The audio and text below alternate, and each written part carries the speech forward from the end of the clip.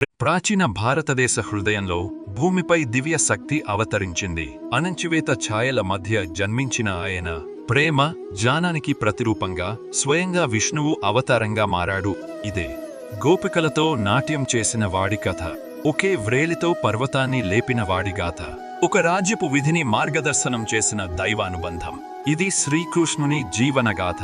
మథురా నగరంలో భయంకర రాజు కంసుని సింహాసనాన్ని ఒక శకునం కుదిపేసింది. దేవకి అష్టమ సంతానం చేత తన మృత్యువు సంభవిస్తుందని ఒక దివ్యవాణి ప్రకటించింది. భయంతో ద్వేషంతో కాలిపోయిన కంసుడు దేవకి వసుదేవులను కారాగారంలో బంధించి వారి ప్రతి శిశువుని మట్టుబెట్టాలని సంకల్పించాడు. తర్వాత ఒకటిగా దేవకి పిల్లలను కంసుడు క్రూరంగా సంహరించాడు. కాని 8వ సంతానం జన్మించిన రాత్రి ఒక అద్భుతం జరిగింది. కారాగార రక్షకుడు నిద్రమూగపోయారు.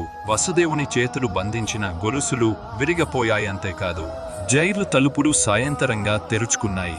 అంధకారాన్ని ఉగ్రయమున నదిని దాటి వసుదేవుడు ఆ దివ్య శిశువును గోకులానికి తీసుకెళ్లాడు.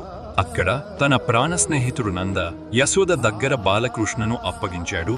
శ్రీకృష్ణుడు ఇక సురక్షితుడు. కాని ఆయన ప్రయాణం మాత్రం కేవలం ఆరంభం మాత్రమే.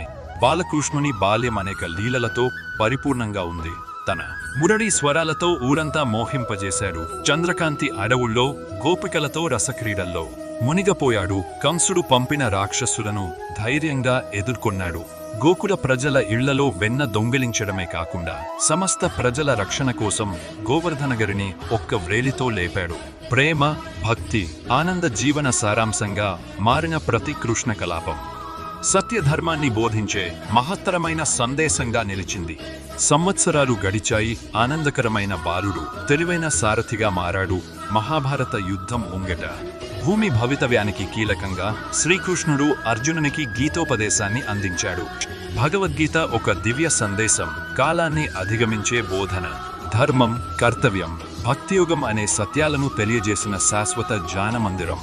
ఆ క్షణంలో శ్రీకృష్ణుడు తన అసలు స్వరూపాన్ని వెల్లడించాడు. ఆయన పరబ్రహ్మం, సకల జగత్తును పరిపాలించే అనంత శక్తి మాత్రమే కాదు, మానవాళికి మేలుకొడుపుగా మారిన జీవనగాథ శ్రీకృష్ణుని వైభవం. ఆయన జీవితం ప్రేమ, జ్ఞానం, భక్తి, క్రీడల సమ్మేళనమా. కారాగారంలో జన్మించిన కృష్ణుని పయనం మహాభారతంలో తన పాత్ర వరకు ప్రతి సందర్భం మానవ జీవితానికే మార్గదర్శకమైన ఒక శాశ్వత కథ. శ్రీకృష్ణుని జీవితం కాలాతీతంగా మానవాళికి నిత్య ప్రేరణగా నిలిచే దివ్య లీలా